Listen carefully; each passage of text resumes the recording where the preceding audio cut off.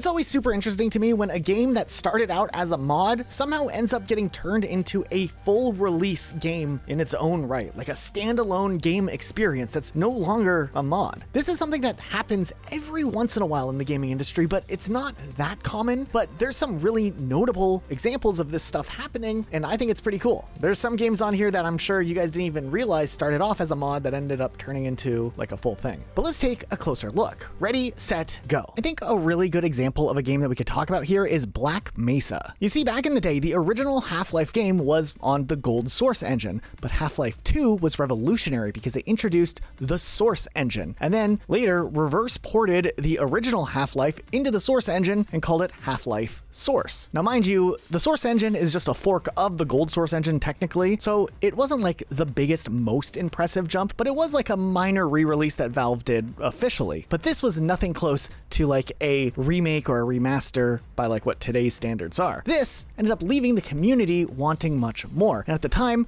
Gabin himself went on record to say that a true remake of Half-Life 1 was something that they believed the community would eventually do. And I guess those comments ended up inspiring a couple of different modding projects out there. One was called Leak Free, and the other was called Half-Life Source Overhaul Project. Both of these groups had a similar goal in mind, right? They wanted to remake Half-Life 1 from the ground up in the new Source engine. And while both of these projects were kind of entering development around the same time, they kind of knew of each other and then just decided, hey, let's just work together. So they reformed their projects as Black Mesa Source. Early on, this was just a fan project, so it didn't really have a strict timeline. The first few trailers were released in 2005, but by 2009, it seemed like the project was like still nowhere close to release. People were starting to assume it was like vaporware around this time, and part of this was due to the fact that during development they switched to a newer version of the original Source engine, because there's like a bunch of different versions of the Source engine. The first version they were working on was from the engine that was used for Counter-Strike Source from 2004, but there was a newer version in Orange Box of 2007. But finally, by 2012, the free mod was released, and it was still missing the last section of the game, but it was pretty good, and overall a pretty good remake, right? But this release was a big deal because it eventually led to this door opening for them where Valve would give them permission explicitly to use the Source engine for a commercial release of Black Mesa. So development would continue. It re-released into early access around 2015, still missing that last section of the game. There were a lot of release dates that kept getting pushed back, and then finally in 2020, like a long time after development started, a finished version of Black Mesa would be released 2 weeks before Half-Life Alyx release, which was pretty poetic and also kind of served as free marketing for them, right? And overall, this project that just started off as two different fan projects essentially, and then built their way, their reputation and project into getting permission to release it as a full standalone game. That's pretty cool, right? It is a monumental deal, something you never really see happen, or at least you rarely get to see stuff like this happen. And they did take some creative liberties. They redesigned sections of the game, but they based it on the general design philosophy present in Half-Life 2, and I think overall turned out really good. Like, this is still a top tier remake, something that a lot of multi-million-dollar studios still fail at to this day. Okay, but before we get into more, I want to talk about collection RPGs for a second. They're one of those games where progression isn't just like leveling up one character, it's about building a full roster, experimenting with different team compositions, and slowly putting together a squad that actually works. That mix of strategy and collecting is what makes these types of games so addictive. And one of the games that really defines that experience and basically sets the benchmark for the genre is Raid: Shadow Legends, who of course is the sponsor for this video. Over 1,000 champions,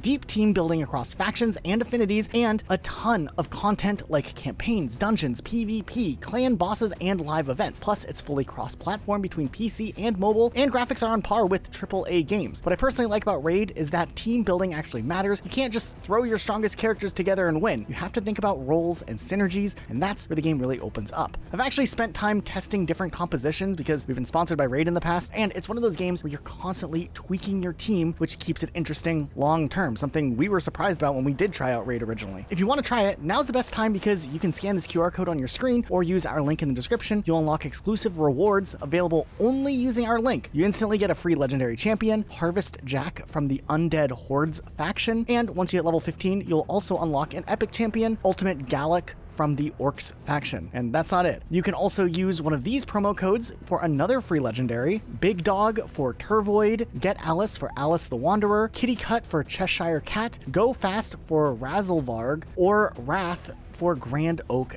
Padrig. I'd probably go with GETALICE because she's super useful early on, and considering her insane damage, she fits into almost any team. Hurry up though, because you have only 48 hours after installing to claim everything. Just make sure you download through our link or QR code to get all the rewards. If you install it directly from the App Store, you won't get this, so, do it this way. Now, while we're on the topic of Half-Life, we should talk about Garry's mod, because Garry Newman is just this guy from England who was working as a website developer for some dating website, and he was making some game called Face Wound on the side. It was a side-scrolling zombie game. It's kind of like something you'd see on those websites like Cool Math Games or addictinggames.com. And at this time in 2004, he founded a studio for this game called Face Punch. But he got his hands on Half-Life 2 when that released in November 2004. Kind of started having fun messing with Source Engine's physics sandbox tools and whatnot. And literally just like a month after the launch of Half-Life 2, he released Garry's Mod version 1. We all know what happens from here, I think. This was just a sandbox mod. There was no real goal in mind. It was just a tool with Source Engine props and ragdolls, and ended up blowing up immediately within the Half-Life 2 community. Newman kept working on it, iterating different versions of Garry's Mod over the years, from Garry's Mod version 2 all the way through 9, adding things like the tool gun, wire mod, style contraption support, and multiplayer, which was one of the most important additions. Gmod 9 released in 2005, which was the last free version, but by this point, it was one of the most played Source mods on the planet. Newman shelved Face Wound entirely because Garry's Mod had taken over his life, and Valve approached him about selling Garry's Mod commercially on Steam. And at first, Newman kind of turned them down and was thinking, who would pay for this? I mean, it was just like a simple sandbox in his eyes, but they offered him a 50-50 profit split deal. So why would you say no to that? And Garry's Mod 10 launched in November 29th, 2006 for just $10 on Steam. And Garry's Mod was Face Punch Studios' first game. And they have continued to support Garry's Mod for years, and then they would spin off and work on other projects. In 2013, they released a little game called Rust, which is now massive. But Garry's Mod's legacy is huge. It is actually the best-selling PC exclusive game of all time, with 25 million copies sold on Steam. And if you just think of this as a Christmas Eve side project from a dating website developer, the context here is crazy, the journey we went on. Now, more recently, Face Punch has been working on Sandbox,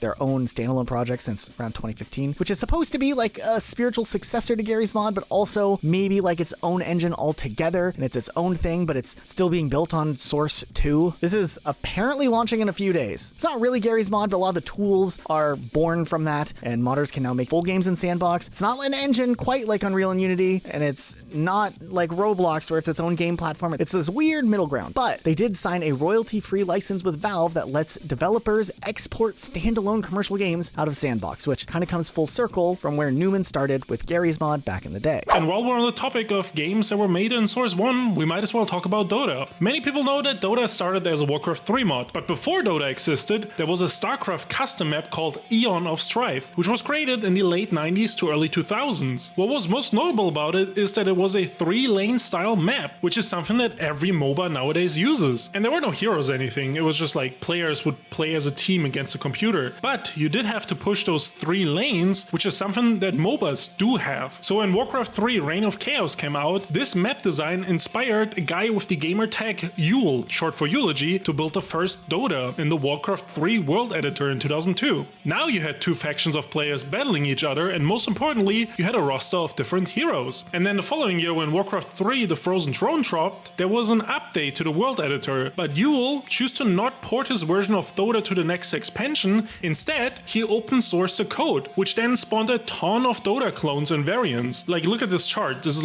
pretty confusing. But one version called Dota All-Stars became the dominant one by 2004. Originally, it was created by map makers Mian and Ragnar as a hero compilation version of previous versions of Dota. But then this guy Ginzo took over and reshaped the mod and added features, and after a while, he ended up recruiting 2 people to help with the project, who went by Nikas and IceFrog. Around 2005, Ginzo retired from Dota All-Stars development, and eventually IceFrog became the sole developer after the other guy also dropped out. During this time, Dota All-Stars was growing fast in popularity, and Blizzard even hosted tournaments at the very first BlizzCon in 2005. And the official website for the game was DotaAllStars.com, run by this guy called Pendragon. This website was on the loading screens of the game and everything. This is where you would actually go to download the game and stuff. Besides that, it would also host the wiki, guides, dev updates, forums, and was even used for players to find other people to play with, since there was no matchmaking in the actual game. And the website had already been up for a while at this point, but remember the Ginzo guy, the main developer of Dota All-Stars before IceFrog took over, he joined Riot Games in 2006 2006 to develop League of Legends. And then 2 to 3 years later, Pendragon, the guy who ran DotaAllStars.com, also joined Riot Games to work on League of Legends. And from there, like, a lot happened and there was a lot of drama, but it's kind of muddy and like one person claims this, then another person claims this. But IceFrog and Pendragon had a massive falling out. According to Pendragon, it was caused by IceFrog secretly working on another MOBA called Heroes of Newerth. So after joining Riot Games and then having this falling out with IceFrog, Pendragon ended up just shutting down DotaAllStars.com. And instead, when people went to the website now, there was like this long blog post, and at the end, he was promoting League of Legends. And people in the community were pretty mad about this actually. And like for years, I would like hold this against Pendragon. And I mean, shutting down the website is kind of a dick move. I mean, there was like a lot of guides and forum threads and like a community of people on there that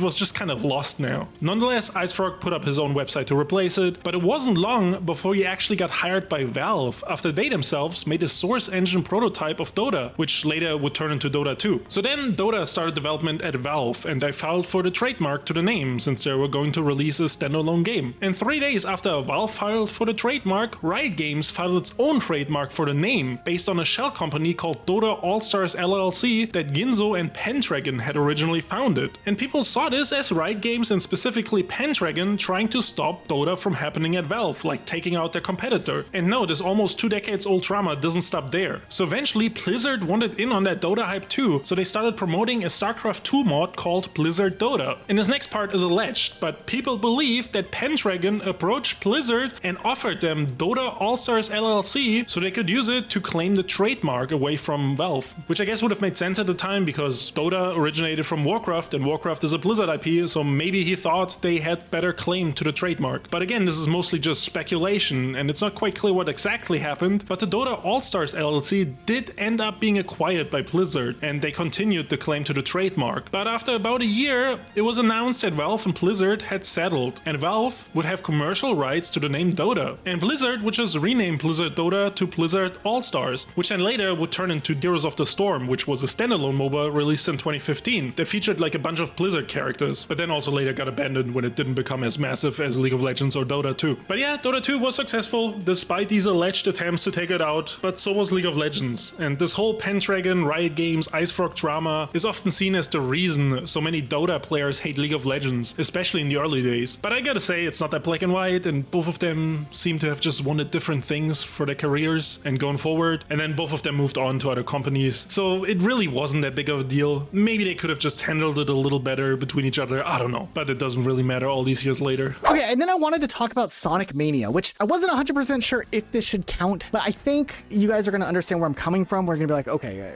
you can count this. But Sonic Mania in itself and the other games kind of associated around Sonic Mania, specifically games that are developed by Christian Whitehead, really should fall into this, even if it's not a direct continuation, because Sonic Mania in itself was really interesting. It released in 2017, and essentially it was like the perfect homage to the Sega Genesis era of Sonic games. And it was like a return to form, but it was like developed in a way where the game like has some good quality of life stuff in there too. It really has the classic style captured way better than like Sonic the Hedgehog 4 did, which that game probably should have, you know, been more like Sonic Mania. But for this game, they brought in someone who essentially had all of their experience with Sonic the Hedgehog being from making just like fan-made Sonic games, mod games, and stuff like that. Technically, they weren't mods of Sonic games, but they were completely based off of the original Sonic games and were developed outwards to try to make new Sonic experiences. So all the way back in 2007, this guy, Christian Whitehead, decided to develop his own fan Sonic game called Retro Sonic. It was released on Windows, and I think it made its way to Dreamcast eventually too, which is kind of crazy. He actually went as far as developing his own engine just to make these Sonic games. And later, after making Retro Sonic, he had another project called Sonic Nexus, another fan project. But Sega just straight up was like, man, this guy's kind of good at what he does. Let's hire him on and he can make ports of the original Sonic games, or some of them. So he got to do Sonic the Hedgehog 1, Sonic the Hedgehog 2, and Sonic CD using the engine, the retro engine that he had created. And that engine ended up being used again in 2017 when Sonic Mania released, which is a pretty big deal, I think. This counts, right? Like he was trying to like reverse engineer Sonic's gameplay into a new engine, then he built that out into his own game, and then that later got used into ports of old games, and then got used for for new games again. It was also used for Sonic Origins, which includes remakes of Sonic the Hedgehog 1, 2, 3, and CD. I don't know, I just think it's pretty cool that they just found someone who was like doing fan stuff in the community, and then we're like, hey, take on the series, take it, do something with it, because you're doing it well. And I wish more development studios kind of did stuff like that, because there is a lot of really cool stuff like the fan community makes, fan games that easily could be spun off into either their own game altogether or into like an entry in another game or DLC or something. Kind of like that big Fallout thing, New London was it called? That in itself like is so interesting with the scope of what they did with that. I mean, obviously Bethesda's not going to just like take them under their wing and be like, you guys can make this DLC, but like they could have, and I think it would have been received well with just like the depth that went into that. But I don't know, I like seeing stuff like this, maybe not at the scale of like Fallout because the stakes are a little higher with the big franchise, but when Sonic's just pumping out games every year and some of them aren't good, why not have a couple of wins along the way too, you know what I mean? Nowadays, Christian Whitehead's up to like doing some other games, platformers. He had Penny's Big Breakaway back in 2024, which I think also was received relatively well. It was more of a 3D platformer, but I mean, hey, like trying different things, trying new things, why not? Counter-Strike has to be the most successful mod-to-game story ever. It literally became the biggest competitive FPS on the planet and is still today.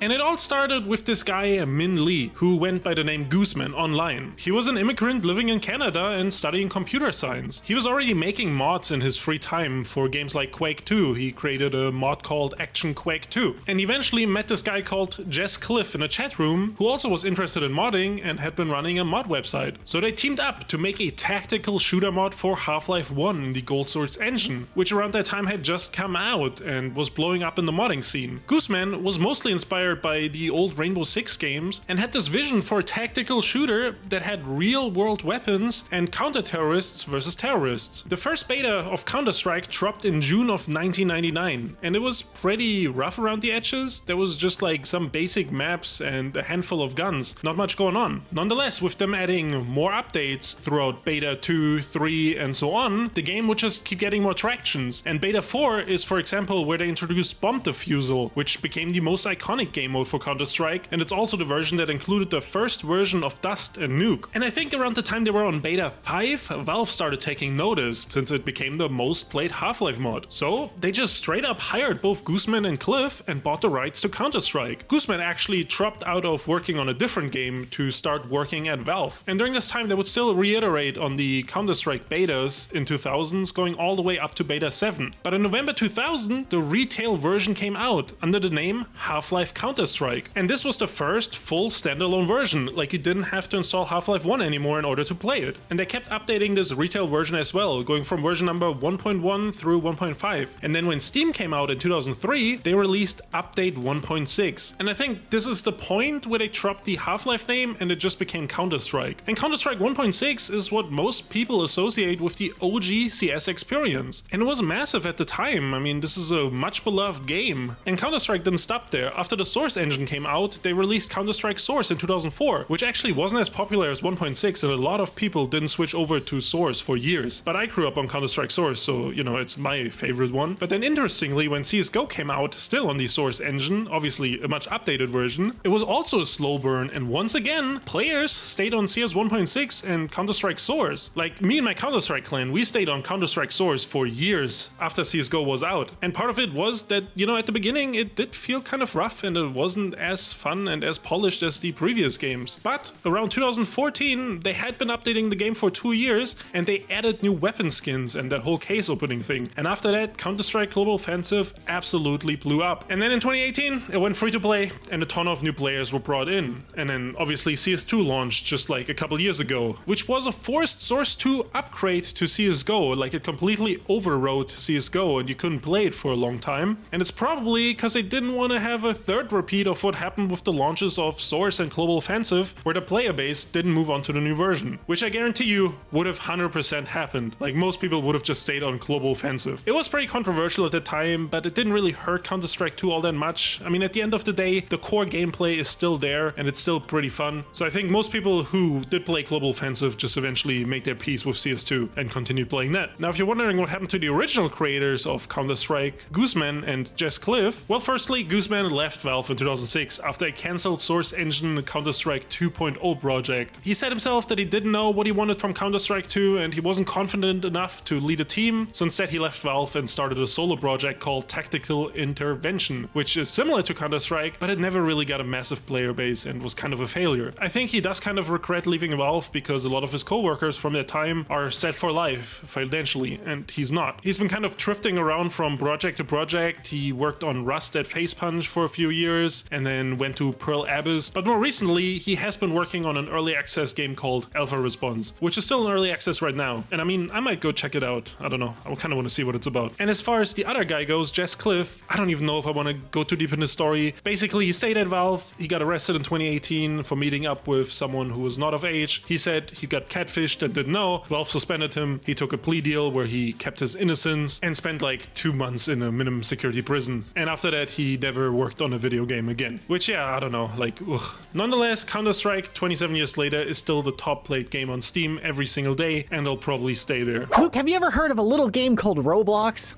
Yeah, I've played that before. Now, if you're watching this video and you have free time on your hands, do not go onto the Rocket Sloth channel and sort videos by most popular. Interestingly enough, when we got started with this channel, we had a banger hit. When we started Rocket Sloth, we were just throwing videos out there, trying to see like what could work. And we had a Roblox video just pop off. We easily could have pivoted and did that as like our careers. I don't think it'd be a long-lived career. You know, I don't think we had like the inner Roblox passion to pump out Roblox content for 8 or 9 years straight. I don't know how some people do that. But Roblox is an interesting game, and there are interesting games in Roblox that had come out of Roblox, especially during like the mid to late 2010s. There's like something kind of charming about like Roblox during that time. Like it had just gotten out of like the really early like Lego type kids game and was kind of evolving into a platform where like users were making really cool content. And the next game we're talking about started off as a Roblox game. So we're talking about a game called Dead Zone, and it's not 100% a mod, but it's built in Roblox, so it counts, right? It'd be like if a Garry's mod game ended up becoming its own game, right? This game was created by Nelson Sexton in 2012 under his username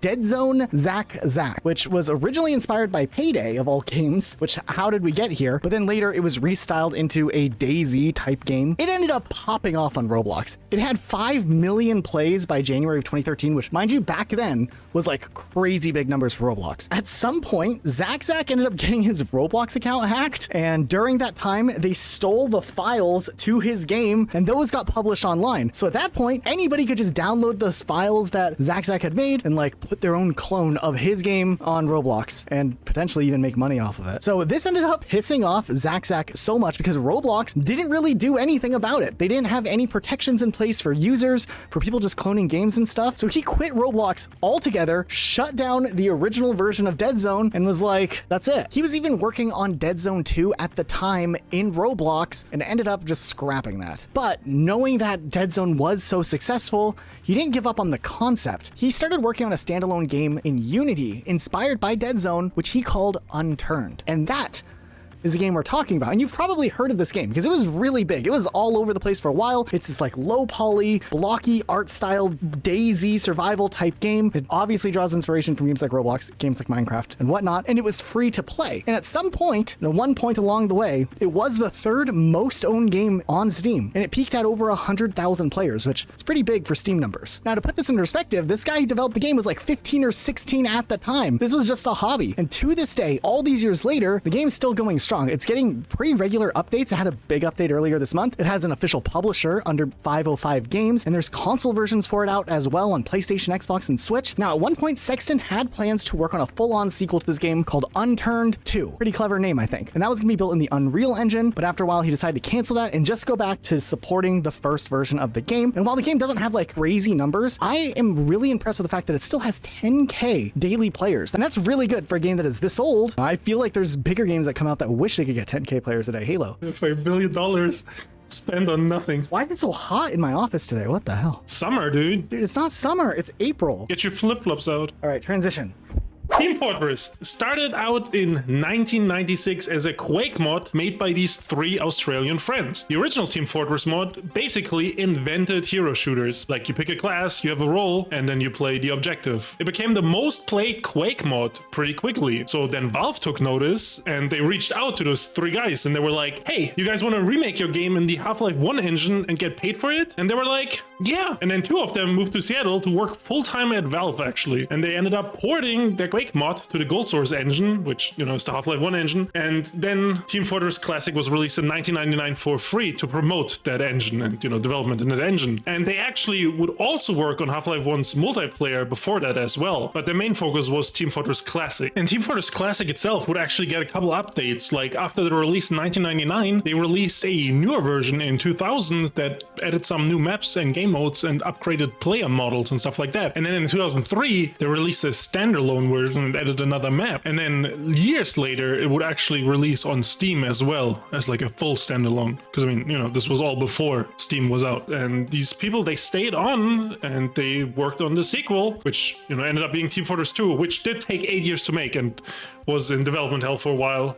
And considered vaporware for a couple of years, but eventually came out with the Orange Box in 2007, and Team Fortress 2 is obviously a crazy influential game. Still very popular today, you know, that's kind of crazy. All right, I want to circle back to Half-Life 2 again, just because Half-Life 2 just has all of these mods that have been born out of it, essentially. Some of you may have heard of Chivalry Medieval Warfare, which originally started off in 2007 as a Half-Life 2 multiplayer mod called Age of Chivalry, which was made by a small team, and the concept was pretty simple. It was a first-person medieval melee combat game with swords, axes, and shields. We used the Source engine, obviously. These decapitations back in the day were such a big selling point for this game. Like, I mean, this is cool. This is 2007, so the idea of a first-person sword combat game where you could chop off heads, it was a pretty novel idea. This was fresh. Now, this team that worked on this project ended up forming their own studio in 2009 to 2010, calling themselves Torn Banner Studios, and they wanted to release a full standalone version of this mod. Now, they originally wanted to keep using Source, but Valve's licensing situation didn't really work out for like what their business plans were, so they ended up switching to Unreal Engine 3, partly because Epic had a royalty-based fee model that worked better for a startup small indie studio. They launched the game on Kickstarter in 2012 to try to fund the game, and ultimately the game would release in 2012. And honestly, it was very much just like the core prototype from the Half-Life 2 mod, just turned into a full-fledged game with better animations, more weapons, classes, and objective-based maps. It kind of carved out this niche, and this is kind of in the days before games like For Honor were trying to do the same thing, which I guess wasn't a first-person game, but you get what I mean, right? It was a first-person melee combat game that had some depth to it. And years later, in 2021,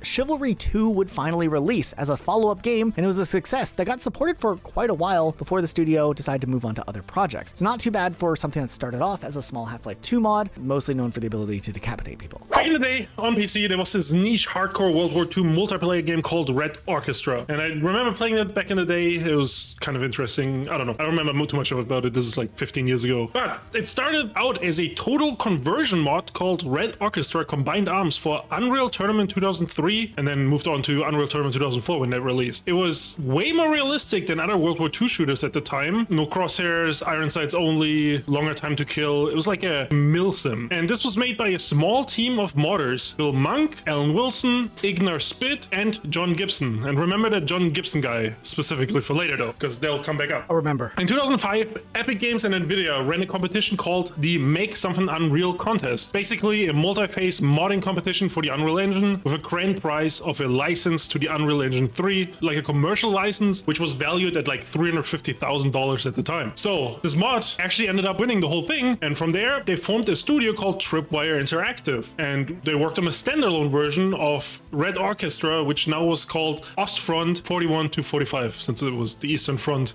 setting of World War II. Upon release in 2006, it actually covered its entire development cost in 1 day of sales, which is wild. It ended up selling over 600,000 copies and became a cult classic World War II shooter on PC. I don't think it ever came to console though, but you know, it was definitely one of those PC games from back in the day. From there, it got a sequel called Heroes of Stalingrad, then the sequel got a standalone expansion called Rising Storm, which then itself got a sequel with Rising Storm Vietnam 2, which the Rising Storm franchise is kind of like the main focus now. And people probably heard of Rising Storm 2. How have I never heard of any of these games? You never heard of it? Okay, that's fine. But these are all like... I mean, I believe other people have. I just How did I miss it? Computer games, you know what I mean? But the second game they released after Red Orchestra was Killing Floor, which was another game that was made in Unreal Tournament 2004 as a mod. It's actually kind of wild how they got the rights to this. And it all started in 2005 when this modding group called Shadowline Productions released the Killing Floor mod for Unreal Tournament 2004. And this original mod was like a co-op survival horror game and like really slow and gritty and inspired by like Silent Hill, Resident Evil and stuff like that. And over the years they would update this mod more and more. And in 2008 they launched the last version called version 2.5. Now you remember how I said you should remember that John guy from earlier, right? Yes, I remember that John guy. I don't remember his last name, but I remember the John guy. Gibson. I remember him now. Around this time, one of the team members of this, mod team, they ran into him in a public chat room, and they ended up working out a deal to buy the rights to Killing Floor and release a standalone version, which then launched in 2009. And Killing Floor would also be a big success. Wait, they made the deal in a chat room? I mean, that's how they met. I don't know if they made the deal in the chat room, but from there, that's still wild, yeah. Killing Floor obviously also had sequels, right? The second one, very good. The third one, not so good. Just another franchise that came from a mod, I guess, and both of them are related to Tripwire Interactive, which is a studio still around today, but this John Gibson guy actually got himself into controversy in 2021. Oh no, what'd he do? He labeled himself a pro-life game developer on Twitter in response to some Texas abortion law. He just had to step down and, ended up leaving the company. So, but also Tripwire was with Embracer for a while, and then they bought Independence again. I don't know, it's also weird. But I don't think they've had great games since then. Killing Floor 3, as I said, kind of sucked. Or still sucks to this day, so yeah. Okay, now I want to talk about a game called Dear Esther, which started off as a Half-Life 2 mod. And honestly, a lot of times the term walking simulator is sometimes used to talk games in this genre. There are some genuinely good walking sim games out there, like What Remains of Edith Finch. I enjoyed that one. But interestingly enough, Dear Esther is one of those good ones. It's basically one of the first modern walking sims, I guess. It started off as a Half-Life 2 mod all the way back in 2008. And what's crazy is that this game started off as just a research project at a university. They funded the whole thing, and the professor known as Dan Pinchbeck led the project. So what exactly were they researching? They wanted to find out whether or not a first-person game could focus solely on storytelling, not having combat, puzzles, or anything else. The mod here takes place on this island and is narrated by this old British voice, and you kind of just walk around and soak it all in. Pinchbeck wrote the script, and his wife Jessica Curry made the music, and Pinchbeck and Curry formed an official name to their mod team called the Chinese Room. And this would eventually turn into a full-size studio. Now, originally, the Dear Esther's mod ended up getting around 60,000 downloads, which is pretty great for an experimental research project. And after the success, Robert Briscoe, who had previously worked at DICE on Mirror's Edge, actually reached out to Pinchbeck about doing a production quality remake of their original idea, Dear Esther. So they ended up getting funding, and they got the Source Engine license from Valve and figured out all the legal paperwork they would have to go through to make a university project mod essentially its own official thing. And after 2 to 3 years of development, somewhere around there, the standalone version ended up launching and became a commercial success, eventually selling over 1 million copies. The studio would then continue to make games after this, and they've worked on some other games kind of in this genre that you might have heard of, like Everybody's Gone to the Rapture or Still Wakes the Deep. On the other hand, games that have come from Half-Life 2 and are kind of walking simulators, there's the Stanley Parable, which was created by Davey Redden at 22 when he was still in college, released in late 2011 as a free Half-Life 2 mod. He taught himself Source SDK from just wikis. He had no formal game development experience, and a concept like this was pretty unprecedented at its time, like this meta-narrative game about choice where a narrator reacts to your decisions as you play the game and knows you're in a game, like it breaks the fourth wall the whole way through. Redden said that he had this idea for a kind of game that broke player expectations, but when he tried to describe it, nobody had any idea what the hell he was talking about, so the development was just done fully by him. He did end up hiring a voice actor to be the voice of the game, and he ended up using a website called voice123.com. After the success of this, he ended up starting his own small studio and remaking the game as a full game with new content called the Stanley Parable HD Remix, which officially released in October of 2013. It ended up selling over 100k copies in 3 days and 1 million copies within the first year, which is crazy, and Redden said that he made enough revenue for him to live comfortably and be a full-time game developer for the next like 5 years. And then in 2022, another Stanley Parable remake would be released with the Ultra Deluxe Edition, which once again added more content and was commercially successful. It's pretty cool that something that started like this ended up turning into this. DayZ is another game that did start out as a mod and then turned into a standalone game, and that standalone actually had a little bit of controversy, but we'll get to that. So originally, it was created by this guy called Dean Hall, who had some video game industry experience for some like random Wii games and stuff, and then he joined the New Zealand Army. While he was in the army, he happened to get into modding Arma 2, and after he attended a real-life survival training for the army, he had this idea to make an Arma mod, which then later would turn into DayZ. But like somewhere along the way he got injured and he was in the hospital, and while he was recovering he worked on this mod a lot, and at first he pitched it to the army as a training simulator but got rejected. So then he added zombies and decided to release it publicly, and when it was publicly announced and released, this actually generated insane hype for Arma 2, and the sales of Arma 2 itself went up like 5 times or something. Everybody wanted to play DayZ, you know. I mean, I don't know, it was a big deal back in the day, you know. I remember it still very well. So this DayZ Arma 2 mod itself was played by more than 2 million players, and it got so popular that the studio behind Arma 2, Bohemia Interactive, just ended up hiring Dean Hall and put him in charge of a standalone DayZ game that they were going to release, which then launched into early access in 2013, and it already sold a ton of copies, just 1 million within the first month and 3 million after a little over a year. But in 2014, Dean Hall announced that he would be leaving the studio and starting his own studio called Rocketworks, and this is where like a lot of the controversy comes from, because this left a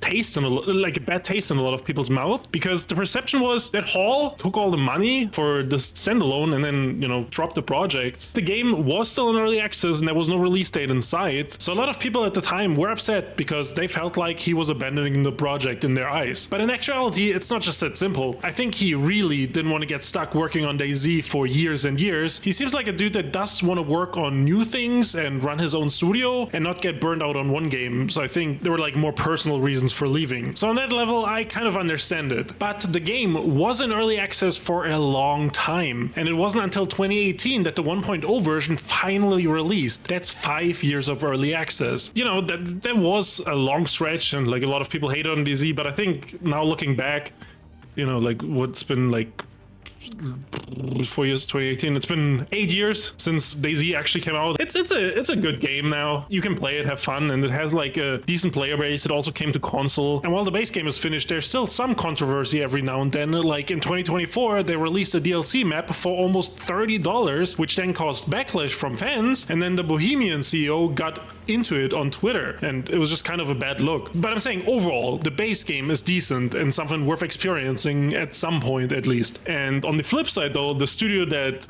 Dean Hall founded and the reason he left did put out some games, but never anything that had anywhere close to the recognition and public hype that DayZ had. So I don't know, maybe, you know, if he stayed with the project, it would have been a different story. Now here's an interesting thing about DayZ though.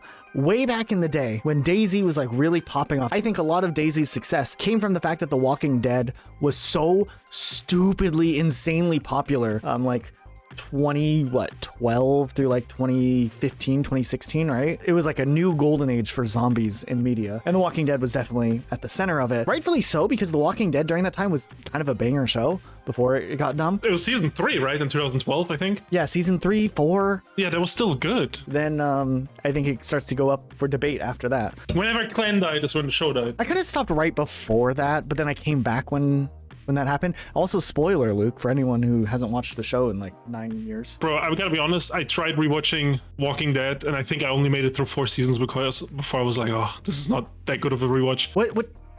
Season 4 was so good. It was, but after that, I guess I got a little bit into season 5, but I mean, shortly after that, I was kind of like, I can't do this anymore. It's like a show my mom watches now. You know, my mom watches it too, actually. And the spin-offs and... Fear the Walking Dead, yeah. Like, it's like a mom show, I don't know. It definitely is like a mom show. But hey, I mean, no hate, just observation, you know. Nonetheless, with that, I think like the idea of The Walking Dead being so interesting and like this world of like surviving and zombies together worked well, and then games like DayZ capitalized on it, obviously. However, back in this time, I wasn't a PC gamer. So my 2 experiences with DayZ were not with DayZ, but games that were trying to rip off DayZ. Instead of DayZ, I played This like Garry's mod version of DayZ. It was a bit scuffed. I don't remember what it was called, but I do remember I would run around for a while and then someone would shoot me. And then I'd run around some more and then someone else would kill me. And then that was kind of it. But from what I've heard, that's kind of pretty similar to the DayZ experience. Yeah, I was about to say that is the exact DayZ experience. And like, it was even worse when you try playing with a friend because you'd spend half an hour finding each other and then you get killed right after you found each other. So, and then I did play the indie game, and I've talked about it in some video, but it was an Xbox 360 indie game when they did those that were really cheap called Apoc Z, and that was a wacky game. The game like barely ran on its own, like it was glitchy all the time. I remember at nighttime you couldn't even see anything. They didn't even try to make like lighting make sense in that game. But when you're on Xbox 360, it was the best you had. So you took it and you played it, and I don't remember too much. I think I had a dune buggy at one point I was driving around, and I could flip it. There was like a bunch of squeakers in that game. Kind of gave me similar vibes to that like one time we played Rust in 2016. I don't know if that's accurate, but that's what it felt like. It was that and an episode of Naked and Afraid when we played Rust, I mean. Oh. Yeah, I didn't know that they had like a streamer mode on where you could censor certain things. Did they even have it back then? I don't know. I do remember like I had a gaming channel and I was just trying to upload Rust gameplay, and I spent like 4 hours trying to censor stuff. And I think there was probably just a mode I could have just disabled it, but oh well. Okay, so like you know, this next one, someone just to talk about PUBG, because this is like some Inception level shit, and it kind of relates to DayZ a little bit. Let's start at the very beginning of this. So there's this Irish DJ named Brendan Carini. He finds a partner, he moves to Brazil for them, they gets married, then he goes through a divorce, and he has to stay in Brazil until he saves up money to go back home. So what does he do to pass time? He plays a bunch of DayZ under the gamer tag Player Unknown. He didn't play that standalone version. This was back on the original Arma 2 mod. And it's important because in that mod, they hosted this tournament for streamers called Survivor Game Z. And it was a competition of 16 teams of 2 eliminating each other until only one team was standing, like a DayZ Battle Royale in 2012. But it was just like a streamer thing they would host to promote the game. And PlayerUnknown really liked these events, and after taking some more inspiration from that Battle Royale novel and the Hunger Games, he created a DayZ Battle Royale mod in 2013. Yes, he modded a mod. But then, you know, he ported it to Arma 2 and then later Arma 3 under a new name, now called PlayerUnknown's Battle Royale. And I'm actually not quite sure what the exact name was because there was different things that he had worked on, and he had worked with other teams as well. Like there was PlayerUnknown's Battle Royale War, there was PlayerUnknown's Street Fight, and then like he worked with a different team on a World War II thing called Iron Front Battle Royale. And then, you know, he kind of got famous off that, he got some recognition. So then there was this DayZ competitor game called H1Z1, and they hired him to consult them because they were splitting the game into 2 games, one staying the DayZ clone and the other one being a Battle Royale. I don't remember much about H1Z1, it's not really relevant, but I bought that game and there was something. Either I got scammed or the game was just so bad that I felt like I got scammed. I can't remember fully, but it's not really relevant to the story, right? By 2016, though, the Korean studio Bluehole was interested in him, and I think the CEO or someone was a big fan of like his mod, and they flew him out, and they just hired him as the creative director, and he started working on a standalone version of PlayerUnknown's Battle Royale. And from there, it's kind of history, you know. PUBG released into early access in 2017, massive success. It predated Fortnite, was like the first viral Battle Royale, I would say, if we don't count Minecraft Hunger Games. And actually, PUBG was so successful, it's the highest peak player count on Steam with over 3 million players ever. Like that is an insane achievement. And then, you know, bunch of like different games spawned from this, like PUBG Mobile has crazy numbers, like hugely popular worldwide, and PUBG is still like number 2 or 3 on Steam at all times. Like it's a massive success. And actually PlayerUnknown did step down and then founded his own studio called PlayerUnknown Productions, and they started making their own engine and a bunch of technology, and I think they're working on an open world survival game at the moment called Prologue, but it's like an early access and they're just like working on that. Nothing came from that yet that is as big as PUBG. And I mean, how do you follow that up? You know what I mean? How do you follow up the success of PUBG? I guess you can't, right? I do remember that hype. Like that I think every person who was around gaming during the time of Battle Royale games, like whether it was Fortnite or PUBG, like that first like win you get in a Battle Royale is like cemented in your brain. I remember when we started playing PUBG, because we started with PUBG before Fortnite even came out, right? At the beginning, we were like, a win's never gonna happen. Like it's just like something is so rare, like the odds of it happening is so rare. And it's like, then we finally won and we're like, oh, we did it. But then it's like, you fast forward a few months and there's like streamers who are like winning like 15, 20 times a day, every other game or something. And you're like, oh, I guess it's not as rare as I thought. I don't know. I think my first game I got like 27th place and I was thrilled. I was like, I can't believe I outlasted all these like 70 other people. Like the fact that the game alone had 100 people in it was like not a commonplace thing in gaming in general. So like that was a big deal in its own right. PUBG definitely should have innovated way faster than it did in its first year, but that like feeling of things how it was early on was pretty cool. The one thing though I will not forgive them for was that they changed their main menu music between the early access and the release. And I think you told me that you can now listen to the... No, you can change it. You can change it, right, but they just shouldn't have changed it in the first place. That killed it for me. They shouldn't have moved the spawns around where you don't have all 99 people or 100 people in the same area at spawn. I don't know if they ever reverted that change, but I do remember that being a change, and I was like, this is dumb. Because the chaos in the little lobby in the island before the game started was part of it. Also, the prox chat, I think they turned off by default when at the beginning it was on by. And then like it took them years to do things like the shoes thing, right? They eventually made it so like your shoes, like whether you wear shoes or barefoot doesn't matter. But like at the beginning you had to take your shoes off because you would be louder. Like, I don't know. It's just like, but they took forever to fix that. But then they mess up all these other things. I don't know. Just stupid. Since you talked about the first win, do you remember our first win? I think the only win actually in Black Ops 4's Battle Royale? Blackout? Yeah, it actually is funny that you bring that up because I can remember like, I was like, I don't remember what wins we've had in other Battle Royale games. And then you say Blackout, and I'm like, I just remember us in the Nuketown bunker by the cave and like grenades flying through the air and not knowing what was happening or how we won. Did we end up killing anyone, or did they just die to the circle? No, I think they just died to the circle and we just won. We were just hiding in the bunker like under Nuketown by like a cliff, and we just outlasted. Yeah, we're scared. A dub's a dub. Dub's a dub. Yeah.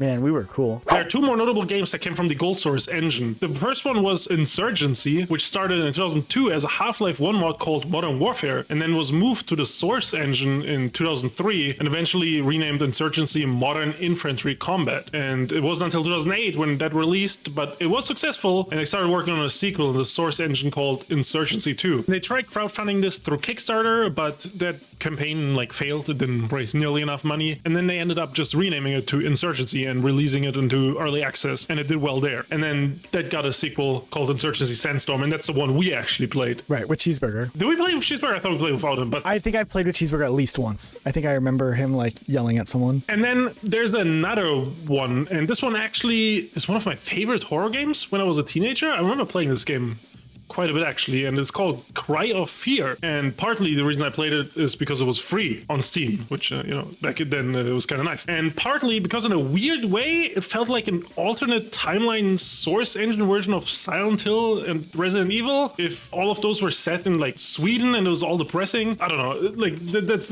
what the game is like. It was made by a small team of people from Sweden, and it was released as a Half-Life 1 mod in 2012 originally. But then in 2013, Valve randomly updated Half-Life 1 to be more compatible with Linux, which then broke the mod, and they couldn't really fix it. So they got in contact with Valve and then figured out a way to release it as a free standalone game on Steam, running on that Half-Life 1 engine before Valve updated it. So that's how we got this free standalone game from this little mod. Okay, I want to talk about probably my favorite game that we're going to be looking at today. Hands down, a game I went in with zero expectation, did not know about the mod beforehand, where it originated from. I only played the standalone version of the game, and I was so thoroughly intrigued, impressed, and enjoyed my time with the game. I am happy I get to talk about it. But the game's called The Forgotten City, and I played this on Xbox 4 years ago or something like that, and I still think about it from time to time. It was on Game Pass back then. I don't think it is on Game Pass anymore, but this game actually started off as a Skyrim mod. One of the biggest Skyrim mods, across Nexus, Steam Workshop, and Bethesda. It had 3 million downloads, and essentially it was a full standalone story experience. There was a new city it took place in. It's like this underground type thing. There was puzzles and a really interesting narrative. However,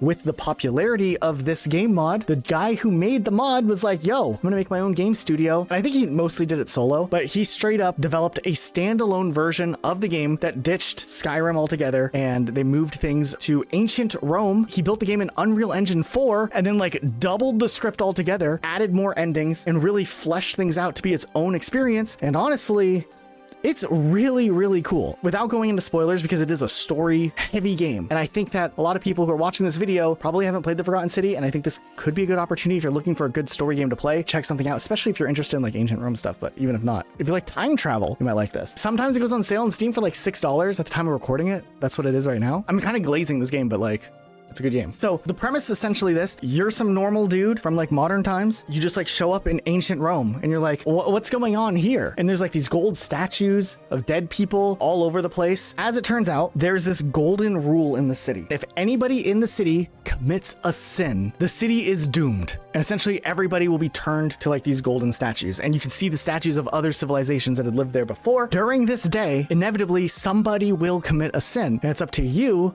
to figure out who is going to commit the sin and stop it from happening. If you fail to do so, you reset the time and your character is essentially trapped in a time loop. So the only way to escape the time loop is to stop all sinning from happening. It gets deep, there's twists and turns, and it's just such a cool premise of a game, especially like a narrative driven game. I think he really did a good job at like writing a story where this like time loop element feels fun and you're engaged and you're intrigued by the story and all these like little things, and you're like, oh, this is what I need to do to stop this from happening. I don't know. There's a couple of little like quality of life things that were programmed in that made it a lot easier. Like once you've like set something up or you've changed the timeline multiple times and you're still going through the loop and you're progressing, you can like get this one guy to go and like run and do all the tasks. So you don't have to like repeat yourself doing the same thing over and over again, but you can still do the same thing over and over again if you're making progress. And it's just really cool. And the story was good. There was like different endings, but you can keep going and getting the other endings because you're in a time loop. It was just a really satisfying experience all over. I'm just really impressed that this game started off as just like a Skyrim mod, and then it branched out to be a really, really good game. I'm surprised more people didn't play it. It could have worked on the marketing maybe. The cover art for the game is not, in my opinion, good. Like it's pretty boring. Like it is a stale box art. I don't think it's like going to capture people and be like, oh, look at this game. That's like the smallest problem it could have, right? Like it's a good game at the end of the day. So definitely recommend. If anybody checks it out because of this video, come back to this video after starting it or finishing it and comment and tell me what you think. Because I am actually genuinely curious what experiences people had. Don't put spoilers in the comments though. Now, earlier I talked a little bit about Unturned and how it came from Roblox, but what if we talked about a game that came out of Minecraft? There's actually a couple examples of this, but we're only gonna talk about a few here. There's a game called Vintage Story, which actually is pretty interesting. It's very much so inspired by Minecraft, but it started off as a Minecraft mod called Vintage Craft, which first was released in 2015, and essentially it was a hardcore Minecraft mod made by a developer known as Tyron Madliner. This was pretty cool. It was essentially a Minecraft mod. If you were like the hardest of hardcore players and you're looking for something really challenging, you wanted that difficult experience, this was one you could check out. With the way that the mod was set up, things that you would usually be able to do relatively quickly in Minecraft were just like a lot harder. And I think for what it was, people really did enjoy it. But obviously with anytime you're working on a mod within another game, there are limitations of what you can do. And building a game like this within Minecraft and the confines of Minecraft do have its own limitations, and it gets harder to do more things with it. So with his experience though, working on Vintage Craft, he actually ended up getting a job at Hypixel Studio to start work on Hytale, which in itself is going to be this whole other journey we're going to go on in a minute, but we'll get to Hytale in a second because Hytale's interesting in its own right. After he got the job working on Hytale, he realized he didn't really want to work on Hytale anymore. So he ended up quitting that and he started his own small game studio. They decided they were going to start making their own game called Vintage Story, which was fully inspired by the concepts and ideas that they had created for the Minecraft mod Vintage Craft. Vintage Story did end up seeing a release in 2016 into early access strictly through their website, which is surprising that they never went ahead to like release it on a bigger platform, but maybe that is something down the road. But also this is like 2016 that this released into early access. You don't feel too optimistic about games that have been in early access for like 10 years, right? Like no matter how exciting the early days of the game launching is. Yeah, I don't know. Is there any new updates on this? Do you know of, Luke? Yeah, I think they're still doing like pretty regular updates and it's moving along, but yeah, it is definitely slower, but I do think they're a very small team. Is there a big modding community for that? There is a modding community. There is some stuff going on still with that game. I don't think it's a dead community. It's probably just maybe a little more niche, maybe very niche, but it's still there. There's people making content on it on YouTube even, and that's cool. Good for them. Now, what's interesting is when Hytale ended up getting canceled before it was later like revived and whatnot, he ended up hiring some of the ex-developers of Hypixel to come over and work on another game that he was working on called Project Glint, which would be an RPG styled game. Maybe it was their own attempt to make a Hytale styled game. Now, while this was before the revival, they are still working on this, but we don't know when that's going to come out. Now, we should talk about Hytale, which also in its way started as a Minecraft mod. Kind of. See, Hypixel was known as being one of the biggest Minecraft servers, period. The amount of mini games that have been played on there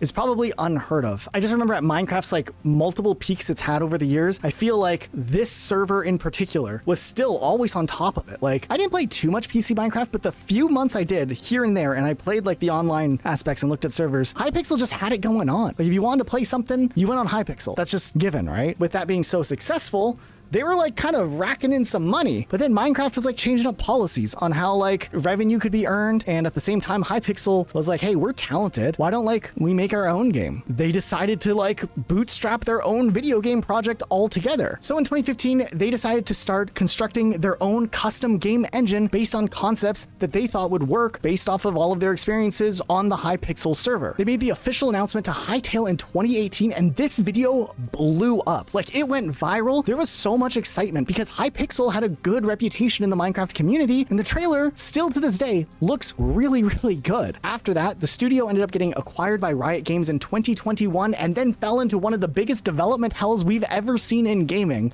Like, it's up there in the top 10 all time, right? Easily. Constantly, they were changing the scope of what they wanted to do. I think feature creep was one of the biggest factors. They just wanted to do everything under the sun, and they kept adding things. And then like years into development, they're like, you know what? Let's start over. And they're like, we're gonna build a new engine, and we're gonna build something else in there. They were doing like updates like on a yearly basis, or maybe like every 6 months or something, and you'd read it and they were like, we made the decision to restart the engine. We're in the process of rebuilding the engine. We're in the process of thinking about how we're gonna backport our stuff from the old engine to the new engine. We might eventually get to testing at some point in the future. We're getting ready to start porting things from the old engine into the new engine. We're almost ready to start porting things from the old engine to the new engine. It was like constantly just like, they were just not moving the needle. Like, it was ridiculous, slightly amusing, because I did keep up to date with this game, because like at some point you stop being excited and you're just more like morbidly curious as to what is going on behind closed doors. There was a lot of key staff members who were there in the early days of Hytale, and obviously were really motivated, and the build that we saw in the 2018 trailer looked good. Like, it looked like there was some serious progress made at some point along the way, and a lot of those key people did end up leaving over the years because of disagreements with the studio. So finally in 2025, the game ended up getting canceled. I assume Riot Games just kind of pulled the plug on it. However, one of the original creators repurchased the rights to Hytale, which led to a revival. They decided to resume development on the game, but they were going to start by building off of that older build of the game, not the whole like brand new engine restart that they did years later. So surprisingly enough, it didn't really take all that long. The game released in early access earlier this year and is now available to the public to purchase and play, which is interesting because it just means that for all of those years Hytale was in development hell, they had a version of the game that was obviously close to being playable, because like they just like were like, oh, we purchased the rights, and a few months later, really, the game was in early access in a playable state that people could play. What were they doing? I thought it was a terrible decision when it sounded like they were restarting development to do a new engine years into development already back then. And obviously it was. They should have released their game, built the community out, and then if they wanted to work on a sequel or an update or something later, they could have done that on the side. But they just completely fumbled the ball. And I mean, what does that say though, right? Like, they were a game studio, they got a ton of funding, but had no actual experience developing a game, and I think it backfired, and that's it. I don't know. They kind of kept fucking themselves over too. It's so annoying. We've talked about Hytale so much before, but like, it is so annoying reading through their updates and everything that all those decisions that they're making. It's crazy. And a huge shout out to our patrons and YouTube members for making videos like this possible. These long form videos couldn't be done without you guys. If you're new, make sure you're subscribed, turn on notifications and stuff. If you're on TV watching, make sure you're subscribed. I know it's like 2 extra steps, but it makes our videos more likely to like pop up in your recommended or your autoplay or something like that. And we make bangers. I don't know. All right. See you guys next time.